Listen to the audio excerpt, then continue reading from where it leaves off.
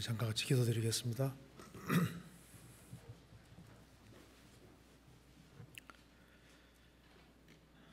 자비로우신 우리 아버지 하나님, 오늘도 저희들을 한자리에 불러 모아 주신 것을 감사합니다. 이 시간 주 성령께서 함께 해주시고 우리의 마음과 생각을 열어주시고 하나님의 말씀의 뜻을 바르게 깨달아 알 수 있도록 도와주시옵소서.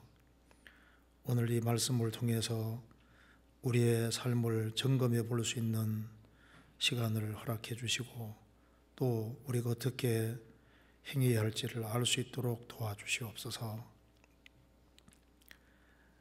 국내뿐 아니라 또 해외 많은 지역에서 전도가 되고 있습니다.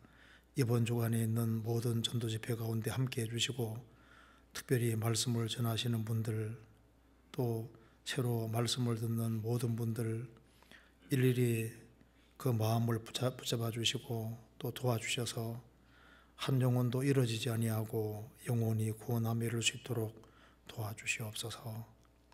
또 해외 선교하는 그 모든 손길에도 함께 해주시고 또 전국적으로 주 안에 신실한 일꾼들이 더 많이 일어나도록 역사해 주옵소서. 머지않아 주님 앞에서는 그날 잘했다는 칭찬을 받을 수 있도록 우리의 삶을 다스려 주옵소서.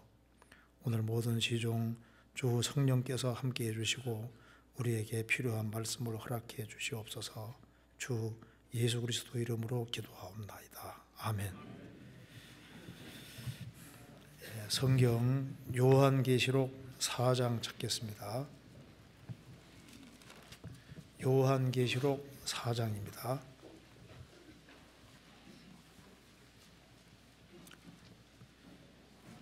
4장 1절입니다. 4장 1절. 이일 후에 내가 보니 하늘에 열린 문이 있는데 내가 들은 바 처음에 내게 말하던 나팔 소리 같은 검성이 가로되 이리로 올라오라. 이후에 마땅히 될 일을 내가 내게 보이리라 하시더라. 내가 곧 성령에 감동하였더니 보라, 하늘에 보호자를 베풀었고 그 보호자 주위에 앉으신 이가 있는데, 넘어가서 6절입니다. 보호자 앞에 수정과 같은 유리 바다가 있고 보호자 가운데와 보호자 주위에 네 생물이 있는데 앞뒤에 눈이 가득하더라. 그 첫째 생물은 사자 같고 그 둘째 생물은 송아지 같고 그 셋째 생물은 얼굴이 사람 같고 그 넷째 생물은 날아가는 독수리 같은데 네 생물이 각각 6 날개가 있고 그 안과 주위에 눈이 가득하더라. 그들이 밤낮 쉬지 않고 이르기를 거룩하다 거룩하다 거룩하다 주 하나님 곧 전능하신 이여 전에도 계셨고 이제도 계시고 장차 오실 자라 하고 그 생물들이 영광과 존귀와 감사를 보호자에 앉아서 세세토록 사시는 이에게 돌릴 때, 거기까지입니다. 여기에 6절을 한번 같이 읽어보겠습니다. 보호자 앞에 수정과 같은 유리 바다가 있고 보호자 가운데와 보호자 주위에 네 생물이 있는데 앞뒤에 눈이 가득하더라. 거기까지입니다. 오늘 전국적으로 이제 집회가 많이 있습니다. 또 서울중앙교회도 오늘 집회가 많이 있기 때문에 집회에 많이 갔다고 생각이 듭니다. 자, 오늘은 저기 요한계시록 그 4장 말씀 가운데 그 6절 말씀에 이렇게 네 생물에 대한 말씀이 기록이 되어 있는데 이걸 한번 같이 좀 생각을 해볼까 합니다. 요한계시록은 사도 요한에 의해서 기록이 되었습니다. 사도 요한이 이제 전도하는 가운데 도미시안 황제 때 이제 결국은 붙잡혀서 이제 반모섬으로 유배가 됩니다. 그래서 반모섬에서 놀라운 장면을 보게 되는데, 요한계시록 1장은 사도 요한이 예수님 본 것이 기록이 되어 있고, 2장, 3장은 이제 있는 일, 교회 시대를 말하고, 4장, 5장은 교회가 천상에 올라가 있는 내용이고, 6장부터 19장까지는 7년 혼란, 20장은 천년왕국, 21장, 22장은 영원한 천국과 영원한 지옥, 이렇게 이제 나옵니다. 여기는 이제 계시록 4장은 이제 계시록 2장, 3장 교회 시대가 나와 있고, 이제 그 다음 얘기입니다. 4장 1절에 잠깐 보시겠습니다. 이 일 후에 계시록 2장, 3장 교회 시대를 쭉 이제 하나님 보여주시고, 이 일 후에 내가 보니, 내가는 사도 요한입니다. 하늘에 열린 문이 있는데 내가 들은 바 처음에 내게 말하던 나팔 소리 같은 그 음성이 가로되 이리로 올라오라. 이후에 마땅히 될 일을 내가 내게 보이리라 하시더라. 하나님께서 사도 요한에게 이리로 올라오라 해서 이제 사도 요한은 반모섬에서 이제 하늘로 이끌려 올라간 겁니다. 올라가서 놀라운 장면을 보게 됩니다.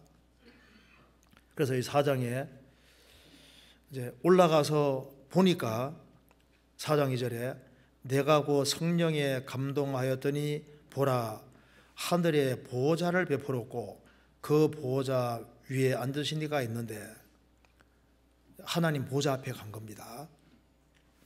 그래서 이제 4장을 읽어보면은 하나님 보호자가 있고 거기에 또 24 보호자가 이렇게 있는데, 거기에 앉은 사람들은 흰옷을 입고 있고 머리에 면류관 쓰고 있고 보좌에 앉아 있습니다.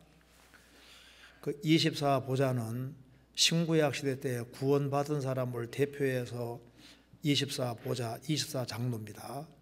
그래서 계시록 2장, 3장 읽어보면은 이기는 자는 보좌에 앉을 것이다. 이기는 자는 흰옷을 입을 것이다. 이기는 자는 면류관을 쓸 것이다. 이기는 자가 거듭난 크리스찬 말하는 겁니다. 그래서 하나님 보호자가 있고 24 보호자가 있는데, 신구약 시대에 구원받은 사람을 대표해서 그 보호자 앉은 24 장로라고 표현이 되어 있습니다. 그런데 이제 오늘 좀 생각해 볼 것은 이 보호자의 앞에 여기 네 생물이 여기에 나와 있는데, 좀 네 생물에 대해서 같이 좀 배워보려고 합니다. 여기 6절에 보시면은 보호자 앞에 수정과 같은 유리바다가 있고 보호자 가운데와 보호자 주위에 네 생물이 있는데 앞뒤에 눈이 가득하더라. 이렇게 네 생물이 이제 기록이 되어 있는데, 이 네 생물을 보면은 6절에 앞뒤에 눈이 가득하더라 이렇게 기록이 되어 있습니다. 그리고 7절에 보면은 그 첫째 생물은, 네 생물 중에 첫째 생물은 사자 같고 둘째 생물은 송아지 같고 그 셋째 생물은 얼굴이 사람 같고 그 넷째 생물은 날아가는 독수리 같은데, 그 네 생물이 각각 6날개가 있고 이렇게 표현이 되어 있습니다. 뭐 이런 짐승이 있나 생각할지 몰라도 여기 이제 여기 네 생물이 각각 6날개를 가지고 있다. 그런데 이사야 6장 보면은 서랍 천사가 6날개를 가지고 있습니다. 근데 에스겔 1장에 나와 있는 그룹 천사는 날개가 4수로 되어 있거든요. 그러니까 이 그룹 천사는 아니고 날개가 6개로 되어 있는 걸 봐서 하나님을 가장 가까이 섬기는 서랍 천사일 가능성이 많습니다. 그래서 오늘 여기 계시록 4장하고 6장을 중심으로 해서 우리가 서랍 여기 이제 네 생물을 통해서 우리가 좀 중요한 교훈을 좀 받아봐야 되겠습니다. 여기 하나님이 계시고 그게 24 장로들이 이렇게 쭉 이렇게 앉아 있고, 그리고 거기에 하나님을 가장 가까이 섬기는 네 생물을 사도 요한이 봤습니다. 여기 네 생물을 여기에 기록을 해놨을 때 우리에게 뭔가 교훈을 주기 위해서 하나님 이런 걸 보여주셨을 겁니다. 그래서 하나님을 가장 가까이 섬기는 그 천사 중에 대표적인 천사가 서랍 천사하고 그룹 천사인데, 서랍 천사들은 여기 날개가 6개로 나와 있는데 여기도 날개가 6개로 되어 있습니다. 그래서 이게 서랍 천사일 가능성이 많은데요. 왜 하나님이 이 모습을 보여주셨을까? 우리에게 좀 중요한 교훈이 되리라고 생각을 합니다. 자, 그래서 같이 좀 생각을 해보겠는데요.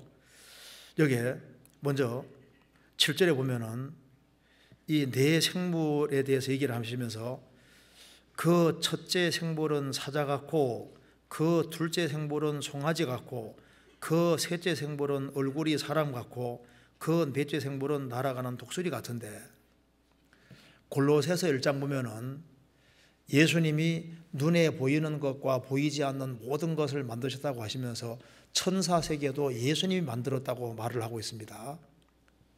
그러니까 주님이 직접 천사도 만드셨기 때문에 천사도 주님을 반영하도록 지어져 있는 겁니다. 그래서 이 네 모습은 예수님의 네 모습과 너무나도 닮았습니다. 그래서 사복음서를 보면은 마태, 마가, 누가, 요한복음이지 않습니까? 근데 이 사복음서의 모습하고 요게 네 생물의 모습이 너무나도 닮아 있습니다. 마태복음은 예수님이 유대인들이 기다리던 메시아라는 걸 증거하는 것이 목적이고, 그래서 이 마태복음을 사자복음이라 하는데 마태복음 읽으면 굉장히 무섭습니다. 사자 앞에 서면 무섭잖아요. 만왕의 왕 되신 주님을 묘사하고 있기 때문에 마태복음 읽으면 굉장히 두렵고 무섭습니다. 그래서 마태복음은 사자복음이고 마가복음은 예수님이 종이라는 것을 증거하는 것이 목적이기 때문에 마태복음에는 족보가 아브라함과 다윗 자손 예수 그리스도의 세계라 이렇게 시작이 되는데, 마가복음에는 족보가 안 나옵니다. 종은 족보가 필요 없잖아요. 마가복음은 예수님이 처음부터 곧즉시 꼭즉시 일하는 것이 쫙 기록이 되어 있습니다. 그래서 마가복음을 소외복음이라고 말하지 않습니까? 여호와의 종으로서 순종하시는 예수님의 모습입니다. 또 누가복음은 예수님이 사람이라는 것을 증거하는 것이 목적이기 때문에 누가복음 3장에 예수님의 족보가 나와 있는데, 족보가 이제 어디까지 가냐면 아담까지 갑니다.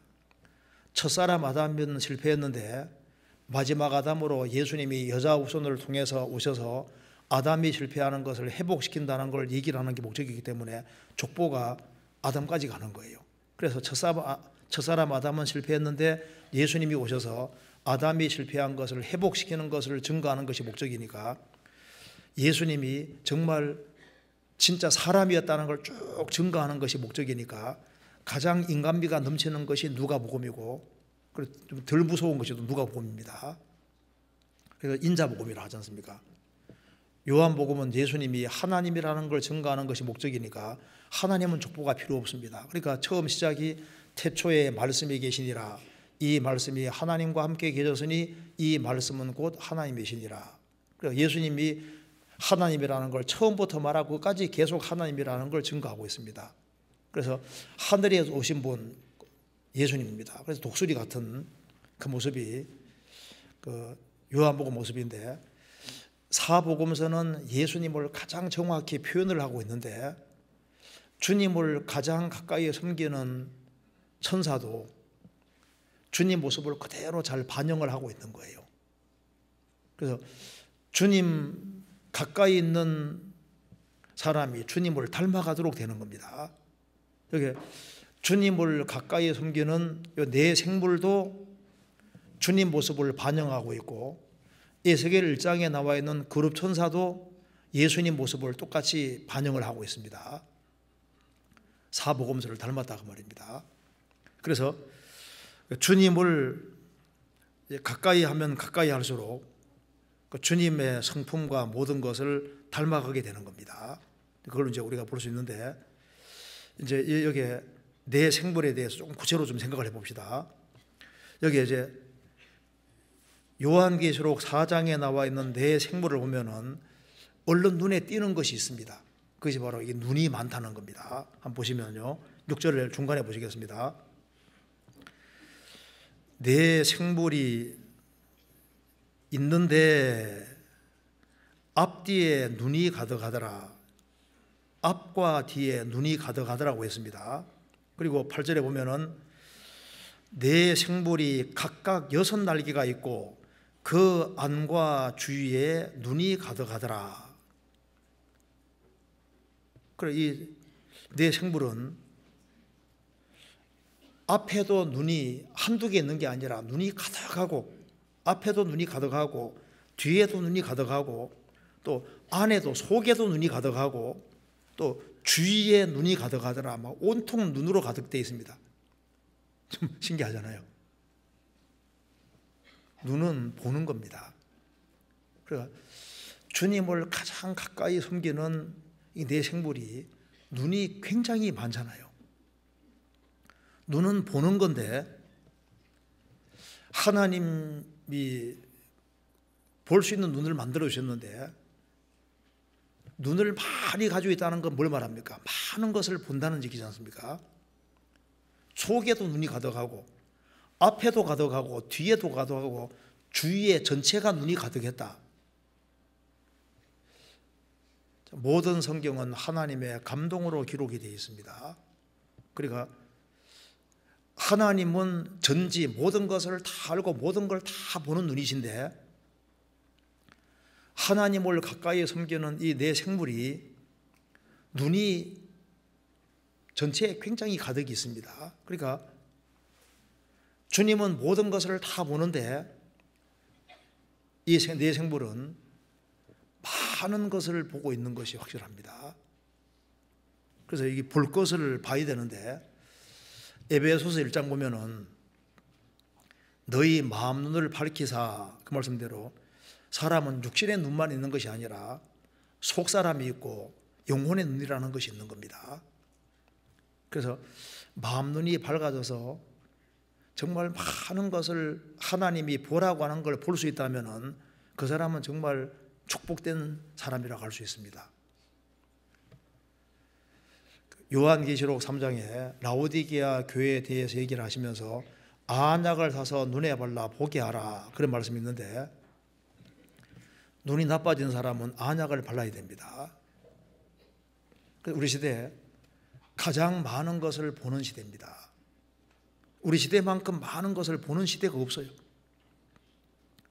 가장 많은 것을 보고 가장 많은 것을 듣는데 그런데 눈이 잘못되어 있는 거예요. 봐야 될 것을 보지 못한다고 말입니다. 성경에는 하나님이 기뻐하시는 눈도 많이 기록이 되어 있고 하나님이 싫어하시는 눈도 많이 기록이 되어 있습니다. 또 성경 어디 찾아보시겠습니다. 잠언 6장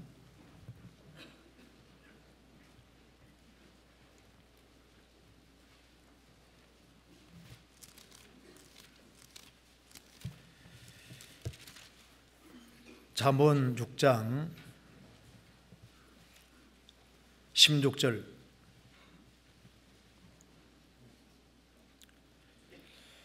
여호와의 미워하시는 것 곧 그 마음에 싫어하시는 것이 6, 7가지니 곧 교만한 눈과, 하나님이 미워하시는 것이 6, 7가지가 있다고 하시면서 첫 번째 거론한 것이 곧 교만한 눈과, 눈 중에 이 교만한 눈, 이거 이제 주님이 싫어하시는 눈입니다.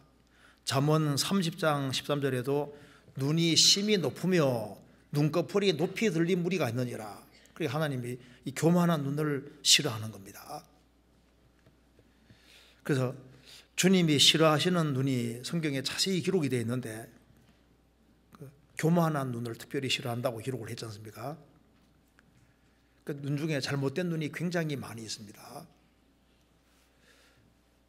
그런데 성경에서 예수님이 특별히 경고하신 눈이 어떤 눈이냐 하면은 남의 티를 보는 눈, 이 눈을 주님이 굉장히 싫어하시는 눈에 속하는 거예요.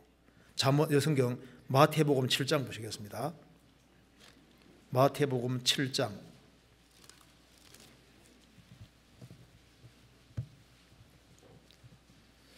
7장 1절입니다. 비판을 받지 아니하려거든 비판하지 말라. 너희의 비판하는 그 비판으로 너희가 비판을 받을 것이요 너희의 헤아리는 그 헤아림으로 너희가 헤아림을 받을 것이니라.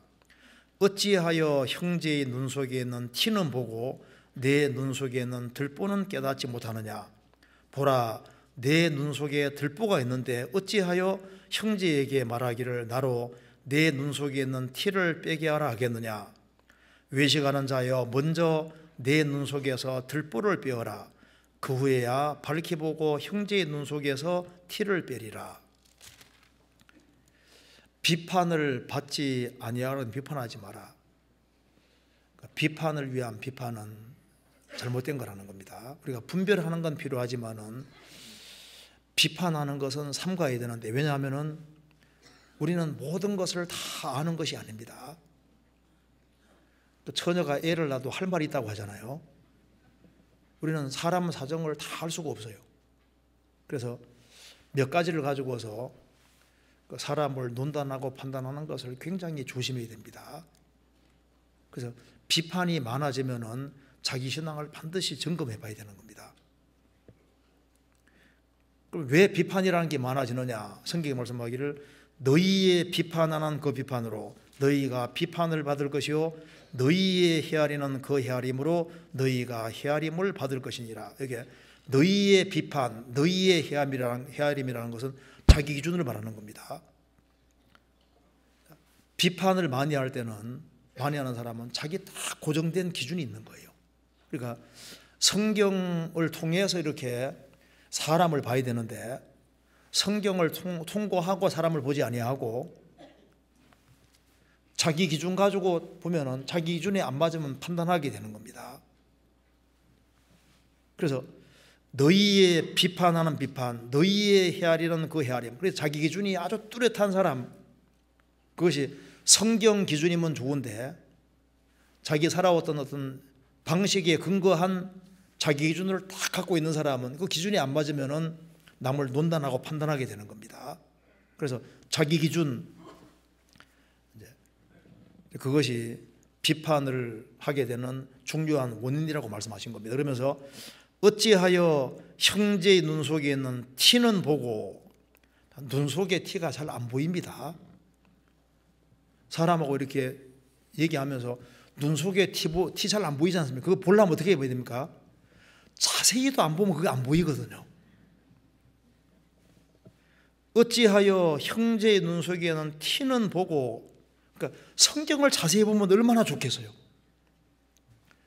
성경을 자세히 들여다보는 것이 아니고 주님을 자세히 쳐다보고 그 다음에 보면 좋은데, 형제의 눈 속에는 티는 보고, 성경에 티가 없다고 하지 않았습니까? 티가 있는데 티는 보고, 그러니까 남을 너무 자세히 보는 거예요.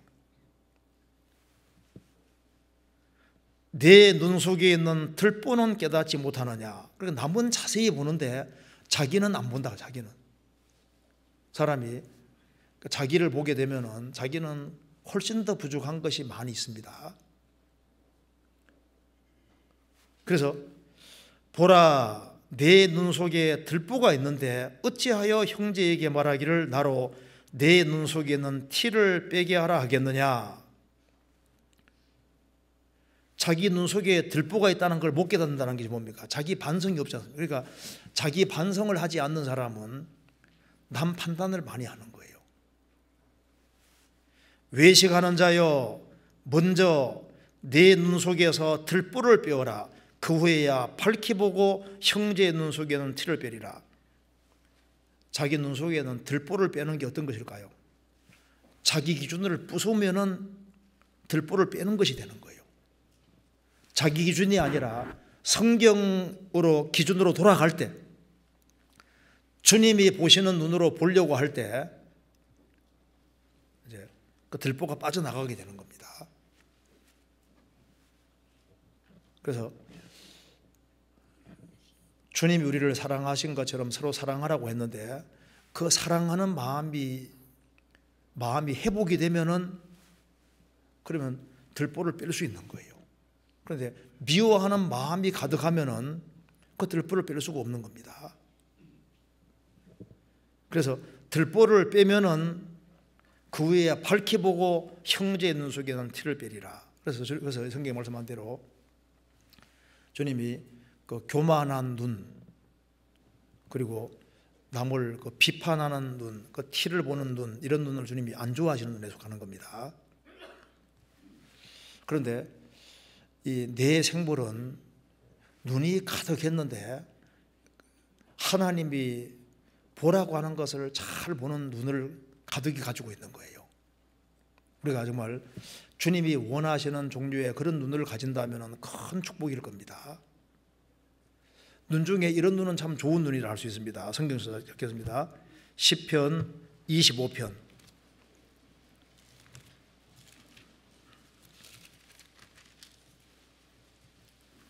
1절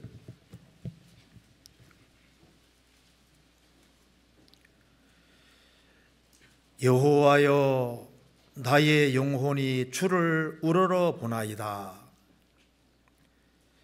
여호와여 나의 영혼이 주를 우러러 보나이다. 15절 내 눈이 항상 여호와를 앙망함은 내 발을 그물에서 벗어나게 하실 것이미로다. 내 눈이 항상 여호와를 앙망함은, 그러니까 하나님을 쳐다보는 눈, 오직 여호와를 앙망하는 자는 새 힘을 얻으리니, 그 하나님을 앙망하는 눈, 그 하나님을 더 알고자 하는 눈, 이런 눈은 하나님이 원하시는 눈에 속합니다. 시편 119편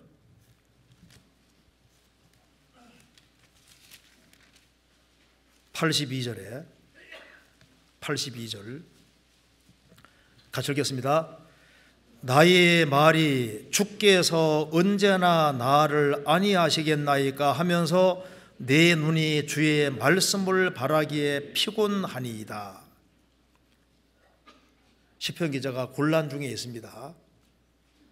83절에 말한 대로 내가 연기 중에 가죽병같이 되었사오나, 이 가죽병이 연기 중에 가죽병이니까 바짝 말라서 아주 이렇게 쪼그라드는 겁니다. 가장 비참하고 초라하게 된 상태로 있는데, 이런 곤란한 상황 중에서 나의 말이 주께서 언제나 나를 아니 위로하시겠나이까 하면서 내 눈이 주의 말씀을 바라기에 피곤하니이다. 그러니까 성경을 가까이 하는 눈, 참 좋은 눈에 속하지 않습니까? 그래서 우리가 먼저 내 생물을 통해서 우리가 배워야 될 수 있는 첫 번째가, 눈이 많은 것이 이제 이 내 생물인데 어떤 눈을 가지고 있는지를 구체적으로 생각해 보시겠습니다. 저게 요한계시록 4장 다시 한번 보시겠습니다.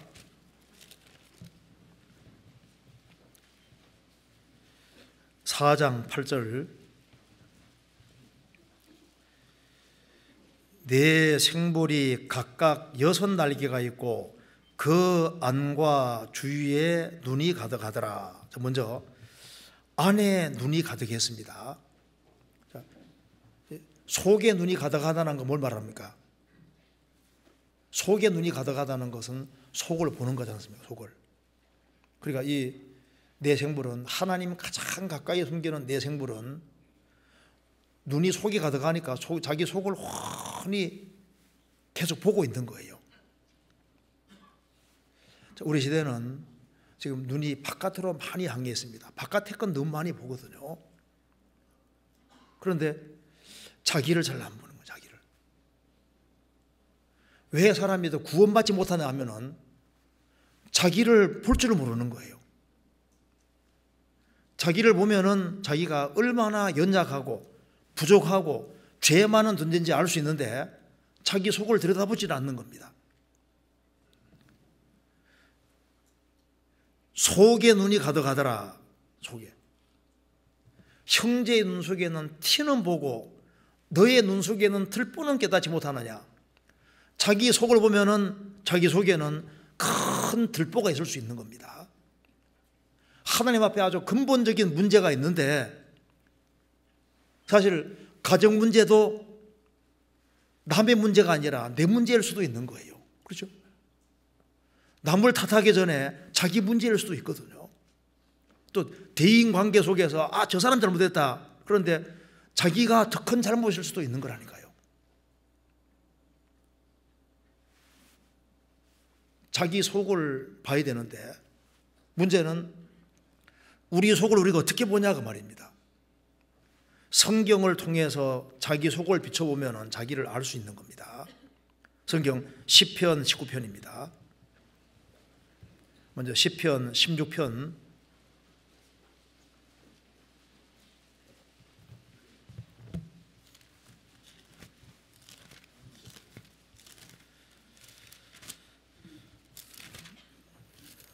16편 7절입니다. 나를 훈계하신 여호와를 송축할지라 밤마다 내 심장이 나를 교훈하도다. 나를 훈계하신 여호와를 송축할지라 밤마다 내 심장이 나를 교훈하도다. 다윗은 하나님 마음에 합한 사람입니다. 밤마다 내 심장이 나를 교훈하도다. 자기 반성을 하고 살아가는 거예요. 하루 삶을 살고 난 이후에 자기를 반성해 보니까 밤마다 내 심장이 나를 교훈하도다. 자기를 돌아보는 사람은 자기 연약한 걸 알 수 있는 거예요. 자기가 인생뿐이라는 걸 알 수 있고 얼마나 부족한 것이 많은 존재인 줄을 알 수가 있는 겁니다. 시편 19편입니다.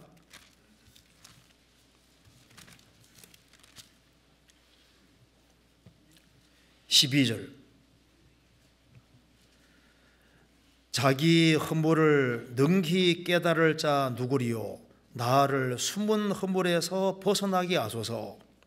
또 주의 종으로 고범죄를 짓지 말게 하사 그 죄가 나를 주장치 못하게 하소서.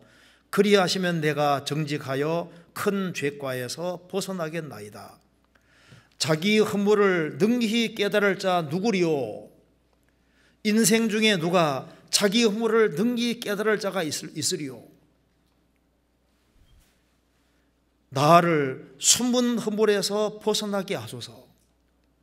우리가 미처 깨닫지 못하는 허물들이 많이 있습니다. 그래서 우리가 날이 가면 갈수록 자신이 부족하다는 걸 깨닫게 되는 겁니다. 자기 허물을 능히 깨달을 자 누구리요? 자기를 잘 모릅니다. 우리가 이제 구원받을 때 자기가 좀 꽤 괜찮다고 생각하고 구원받은 사람도 있을 거 아니에요. 그런데 신앙생활을 하면 할수록 내가 괜찮은 사람이 아니고 내가 문제가 진짜 많은 사람이었다는 것을 날이 가면 갈수록 깨달을 수 있잖아요.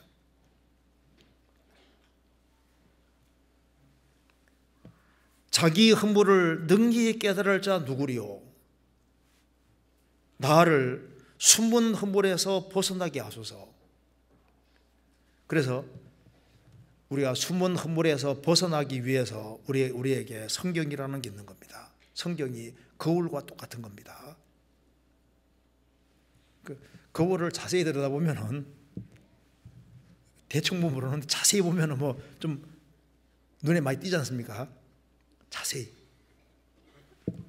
야고보서 1장.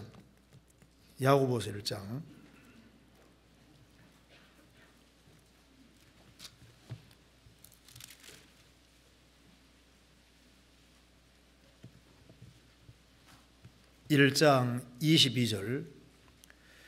너희는 도를 행하는 자가 되고 듣기만 하여 자신을 속이는 자가 되지 말라. 누구든지 도를 듣고 행하지 아니하면 그는 거울로 자기의 생긴 얼굴을 보는 사람과 같으니 제 자신을 보고 가서 그 모양이었다는 것을 곧 잊어버리거니와 자유하게 하는 온전한 율법을 들여다보고 있는 자는 듣고 잊어버리는 자가 아니요 실행하는 자니 이 사람이 그 행하는 일에 복을 받으리라. 여기에 하나님의 말씀을 거울이라고 했습니다. 그래서 누구든지 도를 듣고 행하지 않으면 그는 거울로 자기의 생긴 얼굴을 보는 사람과 같아. 우리 거울은 자세히 보잖아요. 근데 성경을 자세히 들여다보면은 성경은 자기를 반성하게 만들고 자기 연약한 걸 깨닫게 만들고 자기 부족하다는 걸 깨닫게 만드는 겁니다. 그래서 우리가 이제 우리 속을 들여다볼 필요가 있습니다. 그래서 혹시 비판 같은 것이 많이 생기고 내가 좀 괜찮은 존재라고 자꾸 생각이 들고 하면은, 내가 교만해지고 있다 생각이 들면은 자기 속을 쭉 살펴보면은 내가 그렇게 자랑할 만한 인간이 못 된다는 걸 깨닫게 되는 겁니다. 속에 눈이 하나 있는 게 아니라 눈이 가득하더라. 눈이 아주 많은 거예요. 그래서 어떤 사람 보면은 자기 속을 들여다보는데 눈이 많은 사람이 실제로 있습니다.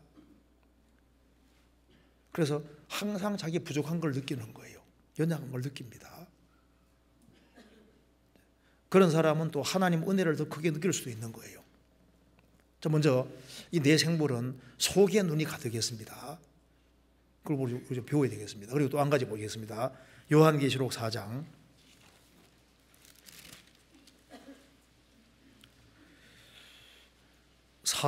6절 후반부에 보겠습니다. 내 생물이 있는데 앞뒤에 눈이 가득하더라. 그러니까 앞에도 눈이 가득하고 또 뒤에도 눈이 가득하게 됐습니다. 우리에게도 이런 눈이 필요합니다. 우리가 앞에도 잘 볼 수 있고 뒤도 잘 볼 수 있다면 큰 축복입니다. 우리가 이제 현재의 나를 잘 이해하기 위해서는 자기의 과거를 잘 볼 수 있는 것도 필요한 거예요. 우리 뒤를 잘 볼 필요가 있습니다. 과거를 쭉 들어가 보면은 하나님이 어떤 식으로 은혜를 많이 베풀었는지를 알 수 있는 겁니다. 성경 사무엘상 7장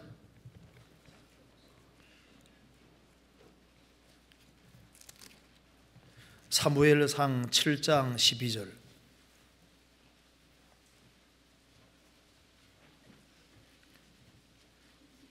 419페이지입니다. 사무엘이 돌을 취하여 미스바와 센 사이에 세워 가로되 여호와께서 여기까지 우리를 도우셨다 하고 그 이름을 에벤에셀이라 하니라. 이스라엘이 블레셋과 전쟁의 패해서 법궤를 빼앗긴 적이 있었습니다. 그때 이가봇 영광이 떠났다 그런 뜻입니다. 그런데 이스라엘이 철저히 회개하고 다시 블레셋과 전쟁했을 때 아주 크게 이겼습니다. 그래서 사무엘이 돌을 기념으로 돌을 취해서 미스바와 센 사이에 세워 가로되 여호와께서 여기까지 우리를 도우셨다 하고 그 이름을 에벤에셀, 일본 밑에 도움의 돌, 하나님이 여기까지 도우셨다, 넘치게 도우셨다 그런 뜻입니다. 여기까지 도우셨다. 우리가 눈이 앞에도 가득하고 뒤에도 가득하면 얼마나 좋겠습니까? 뒤에 가득하다는 건 뒤를 잘 볼 수 있는 겁니다. 우리 교회에도 이제 과거를 쭉 보면요, 그 교회가 작았었는데 정말 주님의 크신 도움으로, 정말 놀라운 도움으로 이렇게 성장하고 커졌습니다. 그래서 우리 교회가 커져오는 그곳에 많은 도움의 돌들이 있는 거예요. 하나님이 계속적으로 도와오셔서 여기까지 도우셨다. 그래서 국내 교회가 튼튼하게 되니까 하나님께서 또 해외로 길을 열어주셔서 해외에 또 많은 사람들이 구원되고 세계적으로 구원되는데, 그래서 무슨 눈이 필요하냐면은 우리의 교회의 과거를 볼 수 있는 눈도 있으면 복입니다. 그래서 미약했는데 주님의 도우심으로 지금까지 쭉 교회가 커져 왔는데 여기까지 도우셨다. 도우시되 넘치게 크게 도우셨다고 말입니다. 교회가 잘 되는 것이 굉장히 중요한 겁니다. 왜냐하면 이 교회가 잘 돼야만 가정이 아주 잘 될 수 있는 거예요. 그리고 자녀들이 잘 자랄 수 있습니다. 교회 형통을 구하는 것이 얼마나 중요한지 몰라요. 우리가 구원받아서 교회가 없으면 어떻게 신앙생활을 할 수 있겠습니까? 그리고 교회뿐 아니라 우리의 과거를 돌이켜보면 우리가 한국에 태어나서 이 여러 과정을 통해 겪어가는 가운데서 다 구원을 받고 구원받았다는 건 하나님이 도와주신 겁니다.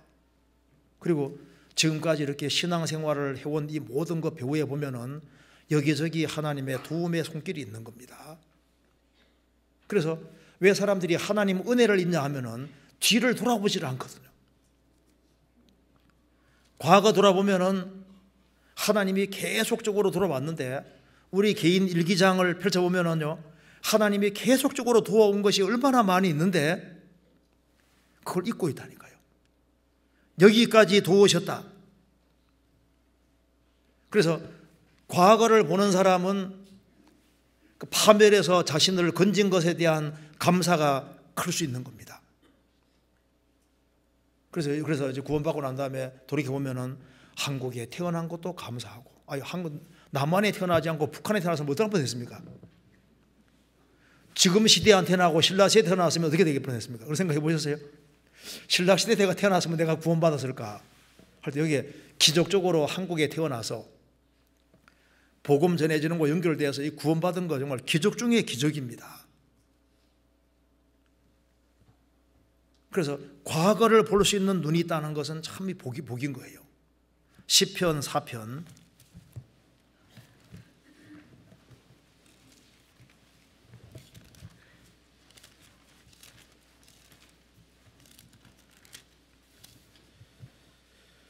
1절입니다.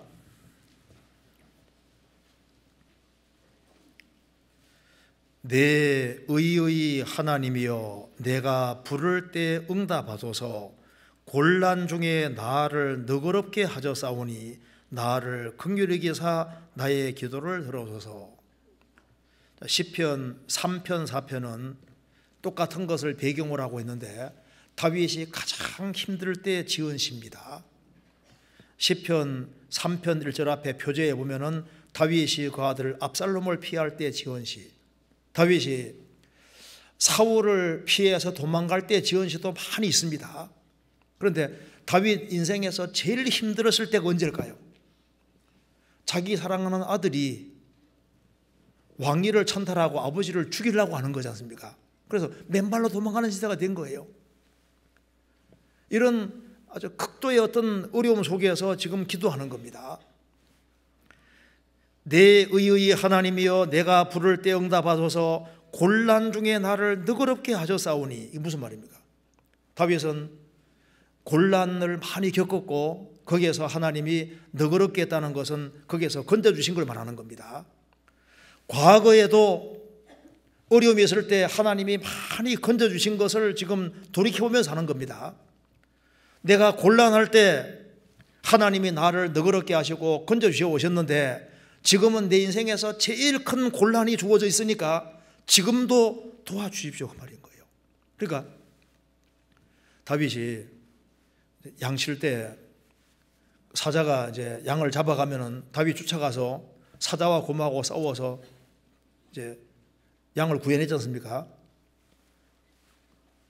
다윗이 골리앗과 싸울 때도 하나님이 건져주셨고 그 사울이 10년 이상 죽이려고 했을 때도 하나님의 도움으로 다 건진받아 왔던 겁니다.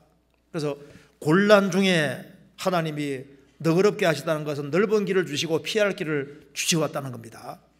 이제는 내가 제일 큰 곤란을 당하고 있으니까 하나님이 나의 기도 들으시고 건져주십시오. 하나님께서 이 기도를 들으시고 건져주시고 다시 왕기로 복귀되지 않습니까? 우리의 과거들을 보면 우리도 곤란이 있었는데 곤란 중에 주님이 나를 너그럽게 하시고 건져주시고 그 일이 반복됐던 거예요. 그래서 하나님의 도움의 손길을 여기저기에서 볼 수 있는 눈은 참 복이 있는 겁니다. 그리고 내 생물은 눈이 뒤에도 가득하고 앞에도 가득했다 그 말입니다. 우리가 앞을 잘 볼 수 있고 우리 전망이 얼마나 좋은지를 볼 수 있다면 얼마나 복이겠습니까? 출애굽한 이스라엘 백성들은 이집트에서 430년 동안 고통받다가 나옵니다. 그런데 광야 생활이 고달픈데, 광야의 고달픈 것은 봤는데 그 고난 너머에 가나안 땅의 축복은 못 받던 거예요. 가나안 땅의 축복을 볼 수 있는 그 많은 눈이 있었다면 얼마나 좋았겠습니까? 노아 식구들이 방주에 1년 동안 있었습니다. 1년 동안 그 조그만 방주 안에 살 때 얼마나 힘들었겠어요. 그런데 노아 식구들은 즐거웠을 겁니다. 왜? 조금만 견디면은 새로운 땅에서 새로운 생애를 시작하니까. 우리는 지금 파멸에서 구원돼서 세상이란 광야를 통과하고 있는데, 잠깐 이 세상 광야를 통과한 이후에 이제 영원한 천국에 들어가게 되는데, 우리의 미래가 얼마나 큰 축복이 있는지를 볼 수 있다면은 그건 복 중에 복인 거예요. 예수님이 재림하실 때 가져올 은혜를 세어볼 수 있고 그걸 볼 수 있다면 얼마나 큰 축복이겠습니까? 불신자에게 없는 것이 성도에게 있습니다. 히브리서 6장에 말한 대로 그리스도인에게는 소망의 탓이 있다 그 말입니다. 영혼의 탓이 소망이라고 했습니다.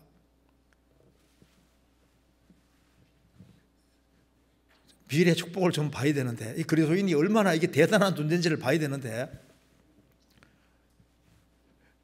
그 눈이 없는 거예요. 제가 물어보겠습니다. 장관이 좋아요? 구역장이 좋아요? 이게 장관 자리는 아주 막 크게, 눈이 크게 보이는데 구역장 자리는 조그맣게 보이거든요. 구역장을 서로 안 하려고 하면요, 이게 참 뭔가, 어떻게 생각하세요? 계산을 잘해야 됩니다. 눈이 이제 이게 밝아야 되는데, 이게 사업하는데 눈이 밝은 사람은 어떻게 하면 돈 되는 줄을 잘 알더라고요. 어떻게 하면은 영원한 영광을 받을 수 있는지, 상을 받을 수 있는지 그게 눈에 딱 보이고 거기에 다 투자를 해야 되는데, 적은 소득이 의를 금하면은 많은 소득이 불의를 겸하고 나으니라. 소득은 많은데 신앙생활 못하는 거하고, 잘 못하는 거하고, 소득은 적은데 신앙생활 멋지게 할 수 있는 거하고, 어느 게 더 좋은 겁니까? 신앙생활 손해보는 건, 이건 얼마나 손해인지 그걸 못 본다니까요. 모세는 파라오 공주의 아들입니다. 그런데 그가 40살이 됐을 때 모든 것을 포기하잖아요. 왜? 그는 참 이게 미래를 볼 수 있는, 앞을 볼 수 있는 특별한 눈이 있는 거예요. 믿음으로 모세는 장성하여 바로의 공주의 아들이라 칭함을 거절하고 도리어 하나님 백성과 함께 고난받기를 잠시 죄악의 낙을 누리는 것보다 더 좋아하고 그리스도를 위해 받는 능력을 애굽의 모든 보화보다 더 큰 재물로 여겨서 이는 상주심을 바라봅니다. 모세는 믿음이 있기 때문에 멀리 볼 수 있는 눈이 있는 거예요. 파라오 공주의 아들, 그게 도대체 뭐냐 그 말입니다. 그거보다 하나님 아들이 훨씬 중요한 거예요. 이집트의 보화, 그것과 영원한 상급과는 비교가 안 된다 그 말입니다.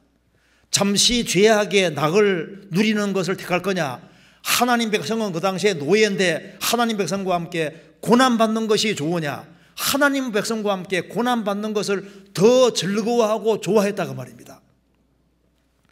그리스도를 위해서 봉사할 수 있는 기회가 주어지고 예수님 때문에 핍박을 받고 요거를 얻어볼 수 있는 기회가 주어지면은 이거는 복 중에 복이 터진 거거든요. 우리 요걸 한번 예수님 믿는 것 때문에 요거 얻어 먹을 때마다 통장에 100억씩만 딱 들어올 때마다 얼마나 기분 좋겠어요. 그 정도가 아니라니까요. 그러니까 이제 여기에 앞을 볼 수 있는 눈이 있어야 되는데, 이 내 생물은 앞에 눈이 많지 않습니까? 눈이 많다는 건 많이 본다고 말입니다. 우리 그리스도인 중에도 어떤 사람은 구원받은 지 그렇게 오래 안 됐는데도 불구하고 앞을 보는 눈이 큰 사람들이 있거든요. 그게 다 인생을 막 맺힌다는 거예요. 그 사람은 구원받은 지 그렇게 세월이 흘러도 눈이 커지지를 않고 어디다 인생을 투자해야 될지를 모를 수도 있는 거예요. 뭐가 보여야지 투자하거든요. 많은 것을 볼 수 있고 멀리 볼 수 있는 눈이 있다면 이건 복인 겁니다.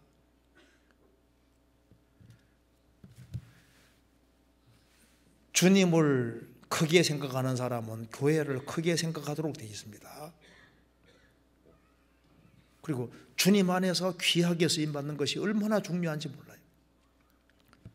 존 스토트가 쓴 책 중에 우리들의 선생님 세라는 책이 있는데 그거 보면은 올 빼면은 목을 180도 돌릴 수 있답니다.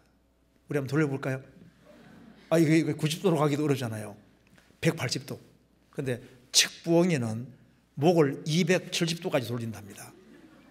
270도. 그러니까 이게 뒤로 완전히 갔다가 이제 이렇게 갔다가 이렇게. 야. 그러니까 앞에 뒤도 보고 앞도 보고. 그래서 이제 우리가 봐야 될 걸 보는 것이 필요하지 않습니까? 그다음 또 보시겠습니다. 요한계시록 4장에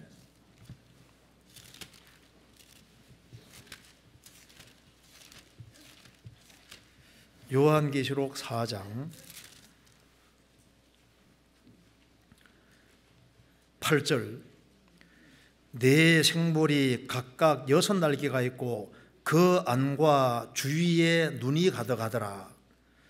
안에도 눈이 가득하고 주위 사방에도 눈이 가득하더라.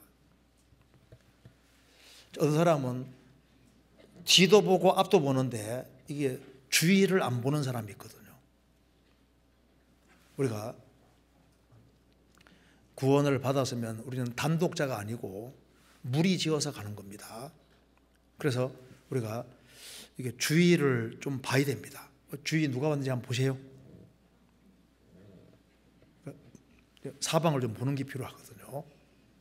그래서 서로를 돌아볼 필요가 있는 겁니다. 성경 시브리서 10장입니다. 시브리서 10장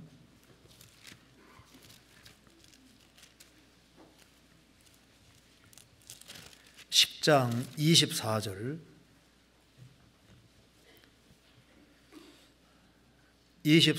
25절 같이 읽겠습니다.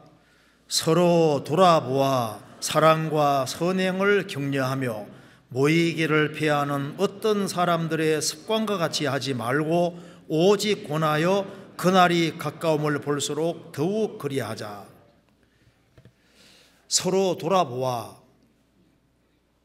서로에 대해서 관심을 가질 걸 말씀하는 겁니다. 사랑과 선행을 격려하며 모이기를 피하는 어떤 사람들의 습관과 같이 하지 말고 오직 권하여 그날 주님의 재림의 날이 가까움을 볼수록 볼 수 있는 겁니다.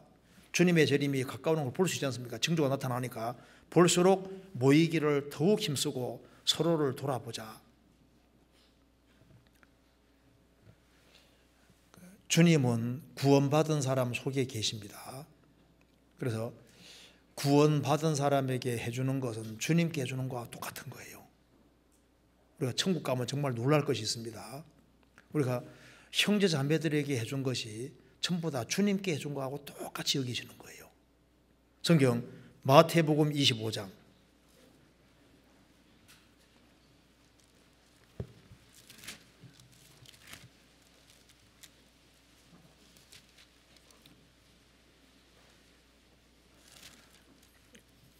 25장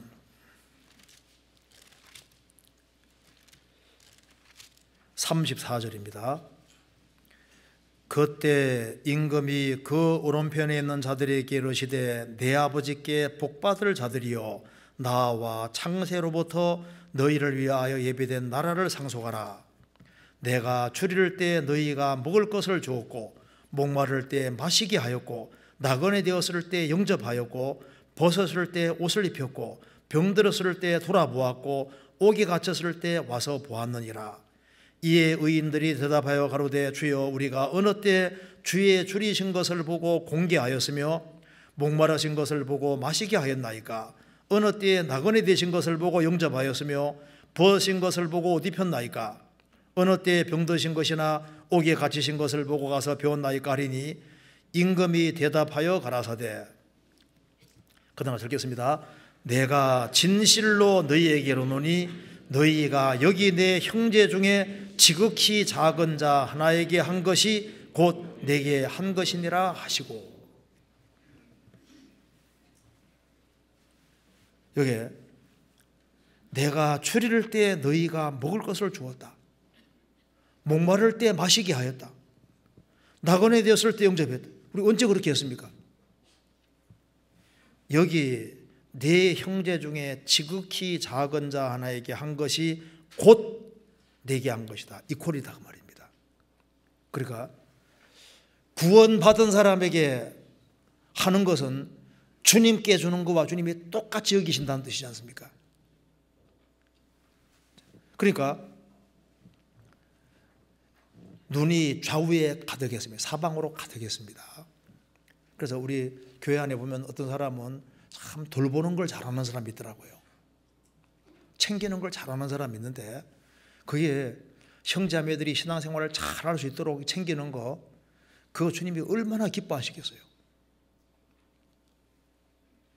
그래서 넘어져가는 사람이 있으면 붙잡아주고 심약한 사람이 있으면 붙들어주고 그런 걸 주님께서 기뻐하시는 겁니다. 데살로니가전서 5장입니다. 데살로니가전서 5장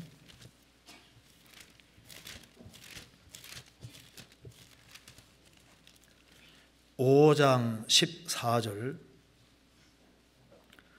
또 형제들아 너희를 권면하노니 규모 없는 자들을 권계하며 마음이 약한 자들을 안위하고 힘없는 자들을 붙들어주며 모든 사람을 대하여 오래 참으라. 삼가 누가 누구에게든지 악으로 악을 갚지 말게 하고 오직 피차 대하든지 모든 사람을 대하든지 항상 선을 조쳐라.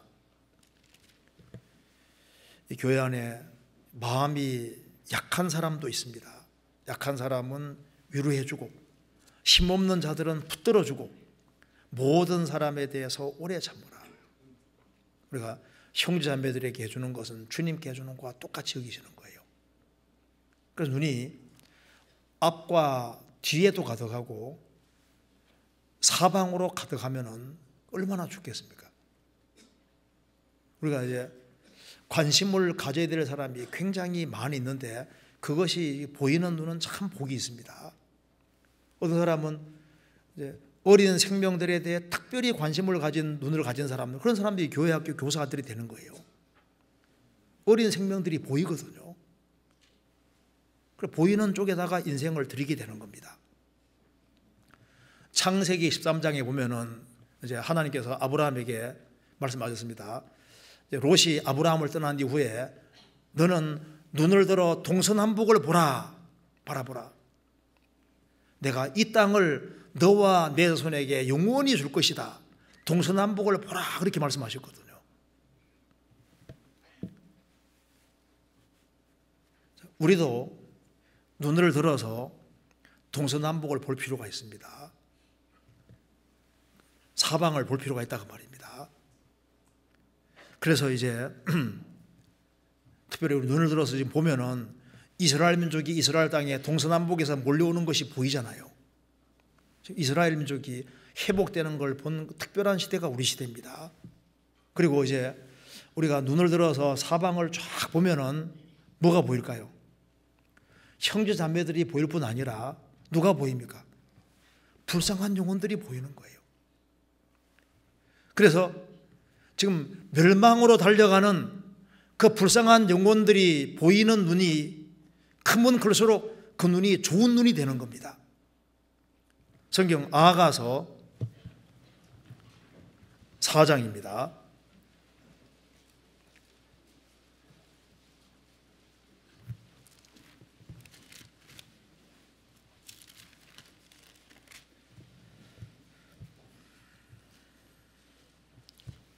(4장 1절) 내 사랑 너는 어여보고도 어여보다 너울 속에 있는 내 눈이 비둘기 같고. 여기 솔로몬이 술라임 여인을 칭찬하면서 너울 속에 있는 내 눈이 비둘기 같고, 순결하다는 겁니다. 비둘기 눈 작잖아요. 순결한 눈입니다. 그러니까 자신이 정결하고 깨끗하게 살아가는 그런 눈이 이게 비둘기 눈입니다. 그런데 아가서 7장 1절입니다. 귀한 자에 따라 신을 신은 내 발이 어찌 그리 아름다운가. 넘어가서 4절에 목은 상아 망대 같구나.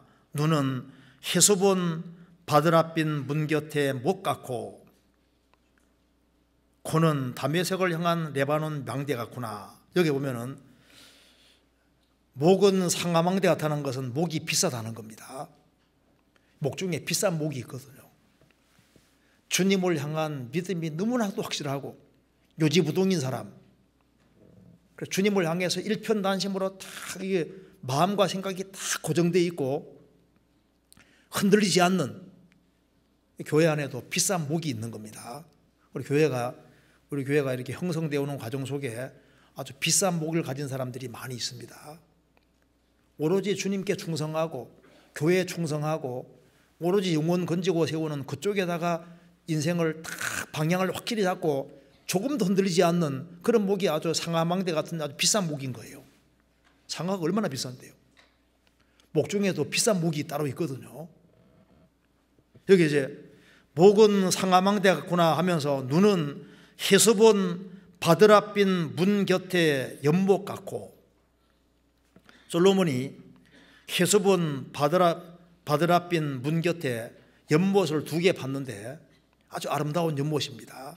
눈이 그렇게 크다, 연못같이 크다 그 말입니다. 자, 비둘기 눈이 커요, 연못 눈이 커요? 연못 눈. 그런데 그 얘기하면서 귀한 자에 따라 신을 신은 내 발이 어찌 그리 아름다운가. 이 무슨 신입니까? 복음에 예비한 것으로 신 신고. 그러니까 내가 깨끗하게 살아야 되겠구나, 내가 바르게 살아야 되겠구나. 그 비둘기 눈이잖아요. 그런데 눈이 커져서 멸망으로 달려가는 영혼들이 보이는 눈, 그런 눈은 큰 눈인 거예요. 우리 교회도 눈이 너무 커졌습니다. 처음에는 국내 영혼들이 보이잖아요. 이제는 세계 영혼들이 보이고 불쌍한 많은 영혼들이 보여서 이제 세계는 나의 교구다, 세계가 우리 일터가 되고 있고 우리 눈이 커지고 있는 거예요. 그래서 형제자매들을 보는 눈, 그 눈도 귀한 눈이고, 이제 형제자매들뿐 아니라 불쌍한 영혼들이 보이는 눈, 영혼을 더 많이 건지고 세우는 눈, 그래서 주변에 일어서가는 영혼들이 많이 보이면 보일수록 그 눈은 정말 귀한 눈인 거예요. 그렇잖아요. 여기에 주님을 가까이 섬기는 이 내 생물은 특별히 눈이 굉장히 많기 때문에 굉장히 많은 것을 봅니다. 소대장이 많이 볼까요? 중대장이 많이 볼까요? 이제 그 군대에서 소대장과 중대장 되면 눈이 어느 게 더 커요? 중대장, 연대장, 장군들 눈이 점점 크잖아요. 구원받고 1년, 2년 세월 지나가면서 눈이 점점 커져야 됩니다. 그리고 주님에 속한 것을 더 많이 볼 수 있도록 눈이 커져야 되는 거예요. 그래야만 인생을 거기에다가 투자하게 되는 겁니다. 타조가 눈 크다는 거 아시죠? 타조는 뇌가 눈이 큽니까? 뇌하고 눈 비교했을 때 어느 게 더 큽니까? 눈이 더 커요? 뇌가 더 커요? 타조는 뇌보다 눈이 더 크거든요. 그래서 사람보다 눈이 한 10배 정도 밝다고 합니다. 4km 밖에 보인다고 하니까. 그러니까 이제 여기에 구원받고 난 다음에 눈이 커질 필요가 있는 거예요. 자, 성경 요한계시록 4장입니다. 그리고 여기 보면은 이 네 생물을 보면은 8절, 네 생물이 각각 6날개가 있고 그 안과 주위에 눈이 가득하더라. 그들이 밤낮 쉬지 않고 이르기를 거룩하다 거룩하다 거룩하다 주 하나님 곧 전능하시니요 전에도 계셨고 이제도 계시고 장사오실 자라 하고, 여기 그들이 밤낮 쉬지 않고 이르기를, 이 네 생물은 밤이고 낮이고 쉬는 법이 없잖아요. 그러니까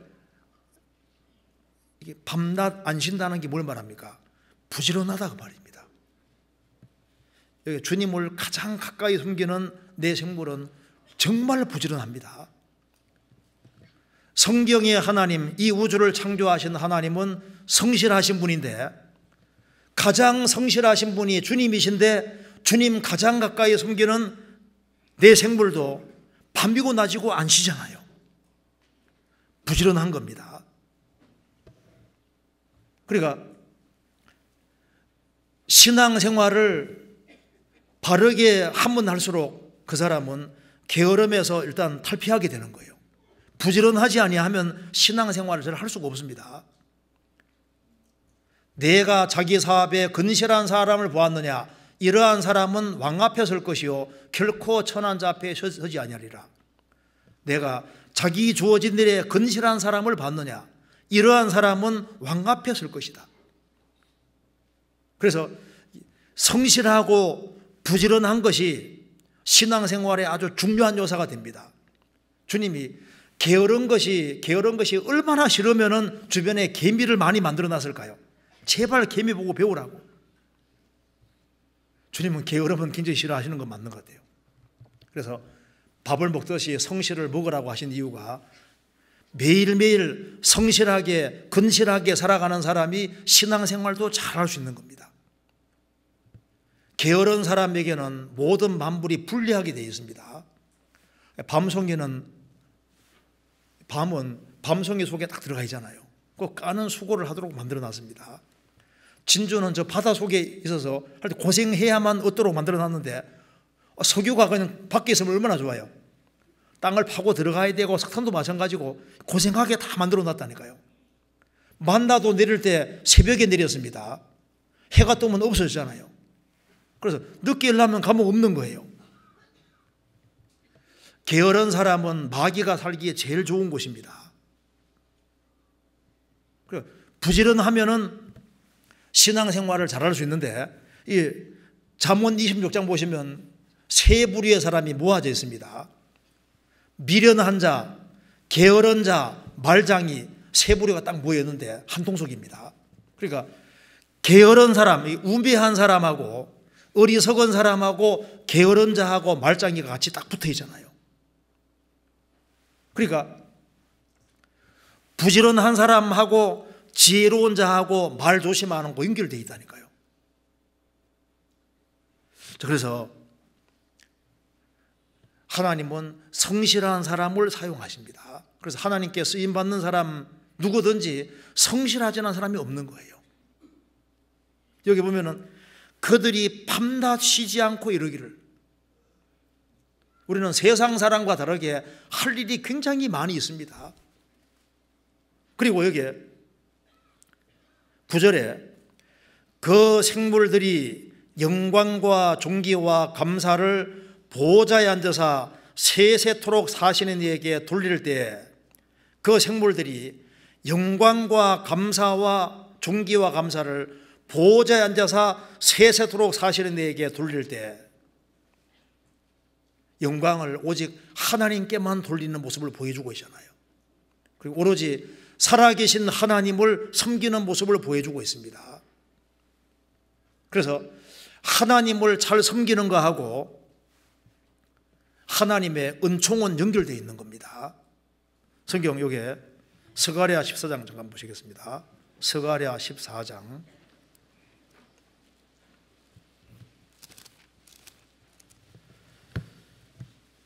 14장 17절,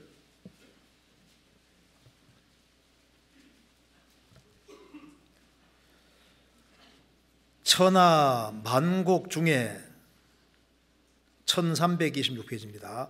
천하 만곡 중에 그 왕 만군의 여호와께 숭배하러 예루살렘에 올라오지 아니한 자에게는 피를 내리지 아니할 것인즉, 천만국에 대한 말씀인데요. 천년왕국 속에서 이제 이스라엘 중심으로 주님이 천년 동안 왕노릇 하실 때 이제 매년마다 이제 예배하러 올라와야 되는데, 천하 만국 중에 그 왕 만군의 여호와께 숭배하러 예루살렘에 올라오지 아니하는 자에게는 피를 내리지 아니하실 것인즉, 실제 사건을 말합니다. 근데 여기에 숭배하는 거하고 피를 연결시켜 놨잖아요. 신약 시대도 마찬가지입니다. 주님께 영광 돌리고 주님께 참으로 경배하는 사람에게는 하나님께서 피를 내리듯이 은혜를 내려주시는 거예요. 그래서 주님께 납작 엎드리는 사람은 주님이 그 사람에게 피를 내리듯이 은혜를 피처럼 주십니다. 축복의 피를 주시거든요. 이사야 6장 보시겠습니다. 6장에는 조금 더 자세히 기록되어 있는데 보시겠습니다. 6장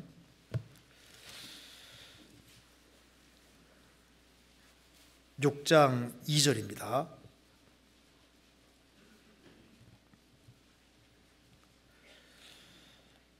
서랍들은 모셔 섰는데 각기 6날개가 있어 그 둘로는 그 얼굴을 가리었고 그 둘로는 그 발을 가리었고 그 둘로는 날며 서로 창화하여 가로되 거룩하다 거룩하다 거룩하다 만군의 여호와여 그 영광이 온 땅에 충만하도다. 여기에 이사야도 이제 서랍 천사들을 봤는데 서랍들은 모셨었는데 각기 6날개가 있었습니다. 계시록 4장에도 6날개죠. 그런데 둘로는 얼굴을 가리었고 둘로는 발을 가리었고 둘로는 날며 서로 창화하고 노래했다는 겁니다. 거룩하다 거룩하다 거룩하다. 자, 이걸 보면 우리에게 좀 배울 것이 있습니다. 간단하게만 설명드리겠습니다. 여기에 6날개가 있는데 둘로는 그 얼굴을 가리었다. 만왕의 왕 앞에서 가장 가까이 숨기는 네 생물, 그리고 여기에 서랍이 만왕의 왕 되신 주님 앞에 얼굴을 딱 쳐들고 있었습니까? 얼굴을 가렸습니까? 황제 앞에 얼굴을 딱 쳐들면 어떻게 되는 겁니까? 그 교만한 거잖아요. 얼굴을 딱 가리고 있다는 것이 그 겸손한 모습인 겁니다. 그래서 왜 여기에 겸손이라는 게 중요하냐면은 주님이 이 우주 만물을 창조하신 하나님이 겸손하신 분인 거예요. 그래서 창세기부터 요한계시록 쭉 읽어보면은 이 우주 만물을 창조하신 이 놀라우신 하나님이 가장 겸손한 분이라는 것을 알 수가 있습니다. 그래서 하나님이 모세에게 나타나실 때도 가시나무 떨기 가운데, 초라한 떨기 나무 가운데 나타나셨습니다. 예수님이 초림하실 때도 초라한 모습으로 오셨고 구유에 계셨다고 성경에 나와 있잖아요. 왕궁에 계신 것이 아니라 짐승죽통 구유에 계셨습니다. 왜냐하면 그분은 겸손하신 분인 거예요. 그리고 예수님이 겸손하신 분이기 때문에 나귀 새끼 타고 예루살렘에 입성하셨고 나귀 새끼 타시고, 공생의 당시에도 보면은 마음이 교만하면 높은 사람 상대하려고 할 거 아니에요. 예수님은 소외된 사람을 찾아가시고 그 사마리 여자는 6번째 남편하고 살고 있는데 찾아가시는 거 봐요. 세리장 삭개오 찾아가시고, 왜냐하면 그분은 겸손의 왕이기 때문입니다. 소경거지 바디메오를 만나 주시는 거 봐요. 제자들의 발을 씻기는 걸 보면은 예수님이 제자들의 발을 씻기셨다. 그리고 십자가에 벌거벗고 달리시고 그 십자가에 죽으시고 무덤 아래까지 낮아진 것이 가장 낮아진 모습이잖아요. 그 겸손의 왕입니다. 그래서 주님은 겸손하신 분이기 때문에 여기에 주님을 가까이 섬기는 서랍들도 얼굴을 다 가리고 자신을 낮추는 모습을 보여주고 있습니다. 그래서 마음과 생각이 교만해지고 있다면 주님과 멀어지고 있는 것이 아닌지를 생각해 볼 필요가 있습니다. 사람이 가까이 하면은 이게 닮게 되어 있지 않습니까? 그래서 이 서랍 천사들은 얼굴을 가리고 있습니다. 그 겸손한 모습을 보이고 있습니다. 그리고 그 둘로는 얼굴을 가리었고 그 둘로는 발을 가리었고, 왜 발을 가리냐면은 발에는 더러운 것이 묻는데 발을 가린다는 것은 주님 앞에서 깨끗하게 거룩한 상태로 있는 것이 중요하기 때문에 발을 가리고 있는 거예요. 하나님의 뜻은 이것이니 곧 너희의 거룩함이라. 그래서 구별되는 것이 중요하기 때문에 여기에 둘로는 발을 가리었다. 그래서 자기의 부끄러움을 보이지 않으려고 하는 겁니다. 그 죄가 무서운 겁니다. 그래서 둘로는 발을 가리었고, 그 살아계신 하나님 앞에서 문제가 생기면 안 되니까 항상 매사에 조심하는 모습하고 똑같은 거예요. 그래서 인생을 막 살아가는 사람은 주님과 멀리 있다는 증거입니다.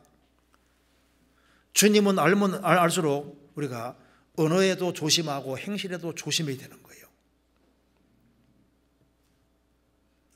우리 시대에 말을 막 하는 시대가 되었습니다. 우리가 말하는 것에 대해 굉장히 조심해야 됩니다. 그래서 언행에서 조심해야 될 것을 알 수 있고, 그리고 둘로는 날며, 난다는 것은 새 중에도 날개가 축 처져 있는 새 있죠. 그 기운 빠져 있는 거잖아요. 근데 이게 둘로는 날며, 난다는 말은 기뻐하는 모습하고 똑같은 거예요. 살아계신 하나님 앞에서 정말 기뻐하고 즐거워한 모습으로 사는 것이 참 중요한 겁니다. 그래서 항상 기뻐하라. 우리가 아무것도 가진 것이 없어도 구원받았다는 것 때문에 기뻐하고, 그리고 이 지상에서 살아계신 하나님을 섬길 수 있는 기회가 주어진 것이 이게 얼마나 감사한 거예요. 그리고 가정적으로 어려움이 있다 할지라도 그것 때문에 주눅들지 아니하고 주님으로 기뻐하는 그거 원하시는 겁니다. 그래서 우리가 환난 중에도 즐거워한다. 남편이 내게 잘해주기 때문에 신앙생활 잘하는 것도 좋지만은 가정적으로 어려움에도 불구하고 신앙생활 잘하면요, 잘할 수 있다면 주님 앞에 가면 훨씬 더 좋은 게 될 수 있을 겁니다. 내가 진리 가운데 서 있는 한에는 나는 손해볼 일이 없는 거예요. 그리고 둘로는 날며, 이 말은 날아다니는 건 속도가 빠르잖아요. 그러니까 주님 뜻을 행하기에 신속한 걸 말하는 겁니다. 그러니까 주님 말씀하시면은 즉시 움직이는.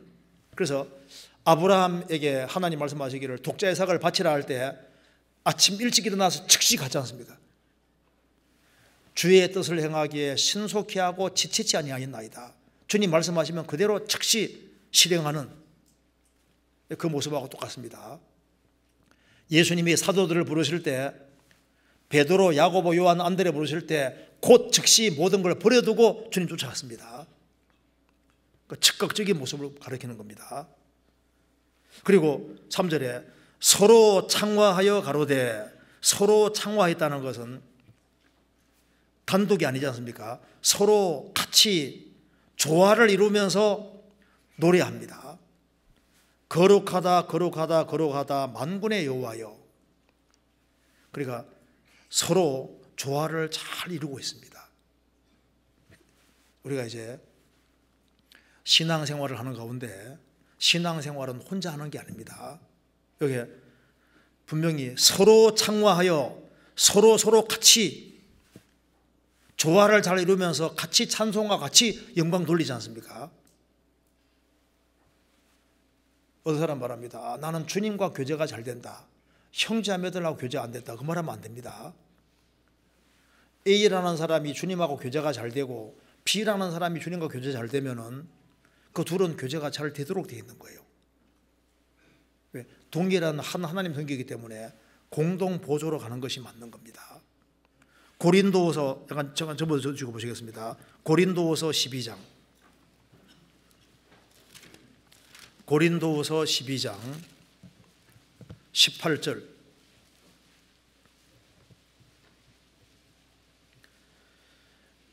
내가 디도를 권하고 함께한 형제를 보내었으니 디도가 너희의 일을 취하더냐? 우리가 동일한 성령으로 행하지 아니하더냐? 동일한 보조로 하지 아니하더냐? 동일한 성령으로 동일한 보조로 행하는 것이 맞습니다. 아가서 1장에도 술람 여인을 가리켜서 바로의 병거에 준말을 했는데 바로의 병거를 끄는 준수한 말은 여러 마리가 같이 좋아 이루면서 같이 왕의 마차를 끄는 거예요. 우리가 다 동일한 보조로 같이 이렇게 무리지어서 가는 것이 맞는 겁니다. 이사야 6장 다시 보시겠습니다. 그리고 여기에 6장 2절에 이 서랍들은 누워 있습니까? 서 있습니까? 서랍들은 모셔 섰는데 서 있다고 했습니다. 지음 받은 이래로 지금까지 계속 서 있습니다. 서 있다는 말이 뭘까요? 자기 위치를 딱 지키고 있는 겁니다. 서 있다는 것은 이거 누워 있는 게 아닙니다. 누워 자는 것이 아니라 서 있다는 것은 끼어 있다는 뜻인 거예요. 제일 첫 번째. 이 서랍 천사들은 끼어 있습니다. 그리고 모셔 섰는데 그냥 서 있는 게 아니라 주님을 섬기면서 서 있는 거예요.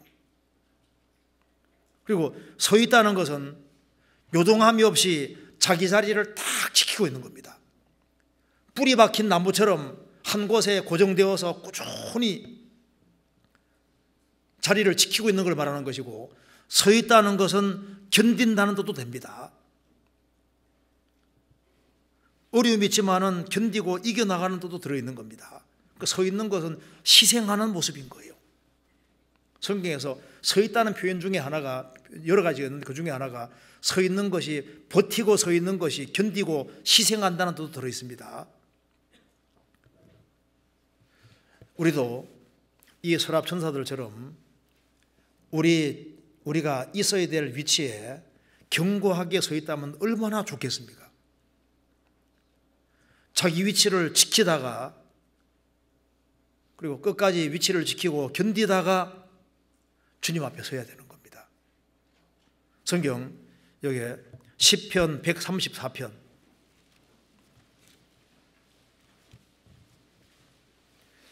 1절부터 3절까지 같이 읽겠습니다.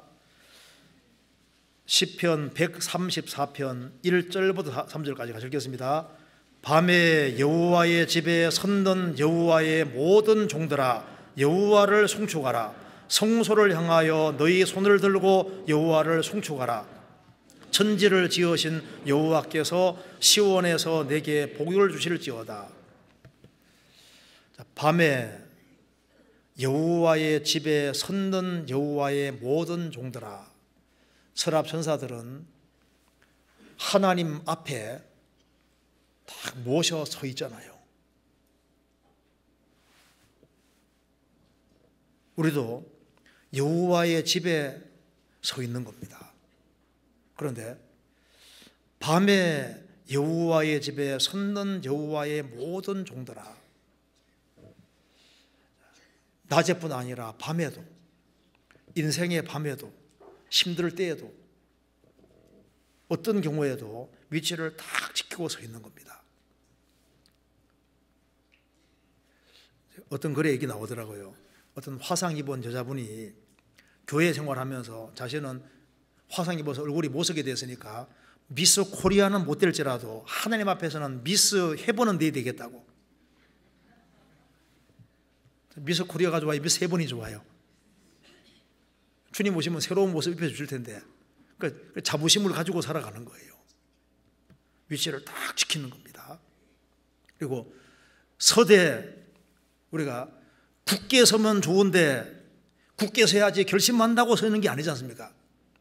누가 굳게 서냐 하면은 하나님 존재에 대한 확신, 내가 하나님 면전에 있다는 확신, 성경이 하나님 말씀이라는 확신, 그리고 내가 현재 있는 위치가 주님이 주신 위치라는 확신이 필요한 거예요. 그리고 내가 이 위치를 지킴으로 인해서 우리의 사랑하는 가족이 구원받을 수 있고 주변의 사람들이 구원받을 수 있다는 확신이 있는 사람이 굳게 설 수 있는 겁니다. 그리고 내가 잠시 후에 주님 심판대 앞에 서서 심판을 받아야 될 사람이라는 걸 확신하는 사람은 주님이 정하신 위치에 서 있을 수 있는 겁니다. 그렇잖아요? 그리고 내가 믿고 있는 복음이 너무 확실한 복음이고 이것을 내 사랑하는 가족들, 내 친척들, 네 이웃들 그 사람들에게 반드시 이걸 전해줘야 되겠다는 확신 갖고 그들도 같이 천국에 서야 한다는 그 확신 가진 사람은 틀림없이 서 있을 겁니다. 복음의 중요성을 아는 사람이 서 있는 거예요. 그래서 여기에 요한계시록 4장과 이사야 6장을 자세히 보면은 내 생물 모습하고 서랍 천사 모습하고 일치된다고 얘기할 수 있을 겁니다. 그런데 이 주님이 이 주님 가까이 섬기는 이 내 생물의 모습을 여기에 성경에 묘사하는 이유가 여러 가지가 있겠지만 우리에게 중요한 교훈이 될 수 있는 겁니다. 마지막으로 요약해 보면은 눈이 많잖아요. 우리 시대에 너무 많은 걸 봅니다. 근데 유튜브 이런 건 많이 보면서 잘못하면 세상 것은 보는데 정말 봐야 될 걸 못 볼 수 있다니까요. 그렇잖아요. 주님이 보라는 것을 많이 볼 수 있으면은 주님 쪽으로 눈이 점점 커질 필요가 있는 거예요. 성경 한 구절 암송하면은 1000만원씩만 줘도 엄청 많이 애울걸요. 이게 신앙생활 잘하는 이곳에다가 이게 투자해야 된다니까요. 그리고 이 서랍천 여기에 내 생물은 부지런했습니다.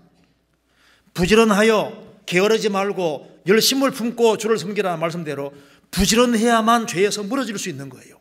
우리 시대 한가하면은 죄가 들어오기 쉽습니다. 그래서 정말 아주 부지런하고 바쁘게 살 필요 있습니다. 그리고 우리가 섬길 대상을 분명히 알고 섬겨야 되는데 우리는 만왕의 왕 대신 주님을 섬기는 사람입니다. 그래서 주님이 얼마나 높으신 분인지에 대해서 생각을 깊이 할 필요가 있습니다. 그리고 주님을 섬길 때 자세가 얼굴을 가리듯이 겸손한 모습으로 주님 발 앞에 엎드리고 그리고 발을 가리듯이 죄에서 구별되고 그리고 나는 것처럼 주님으로 기뻐하면서 그리고 주님 뜻을 행하기에 신속히 하는 그리고 서로 창화하는 것처럼 같이 한 무리가 되어서 같이 조화 속에서 주님을 섬기는 겁니다. 그리고 그들은 서 있습니다. 우리가 주님이 서 있으라는 곳에 서 있는 상태로 살다가 그리고 우리에게 맡겨진 일을 잘 하는 가운데 주님 만나면은 그것이 바로 인생에서 성공인 거예요. 그래서 우리가 예수 믿는 것은 이건 액세서리 아닙니다. 우리 인생이 걸리고 영원한 운명이 걸린 것이기 때문에 우리가 눈을 좀 더 크게 뜨고 신앙적인 것에 좀 더 밝았으면 좋겠습니다. 같이 기도하시겠습니다. 자비로우신 우리 아버지 하나님, 역사의 마지막 시대를 살아가는 저희들에게 주의 귀한 복음을 알게 해주신 것을 감사합니다. 우리 영혼의 눈을 밝혀주시고 우리가 무엇을 위해 살아야 될지를 깊이 생각할 수 있도록 도와주시고 우리의 마음과 생각을 넓혀주시고 우리의 눈을 넓혀주셔서 불쌍한 영혼들을 볼 수 있도록 또 교회의 중요성을 볼 수 있도록 우리의 눈을 열어주시옵소서. 저희들 다 주 안에서 귀하게 쓰임받을 수 있도록 역사해 주시옵소서. 그리고 전국적으로 있는 모든 집회 가운데 일일이 함께해 주시고 주의 역사와 능력을 더욱 나타내 주옵소서. 주 예수 그리스도 이름으로 기도하옵나이다. 아멘.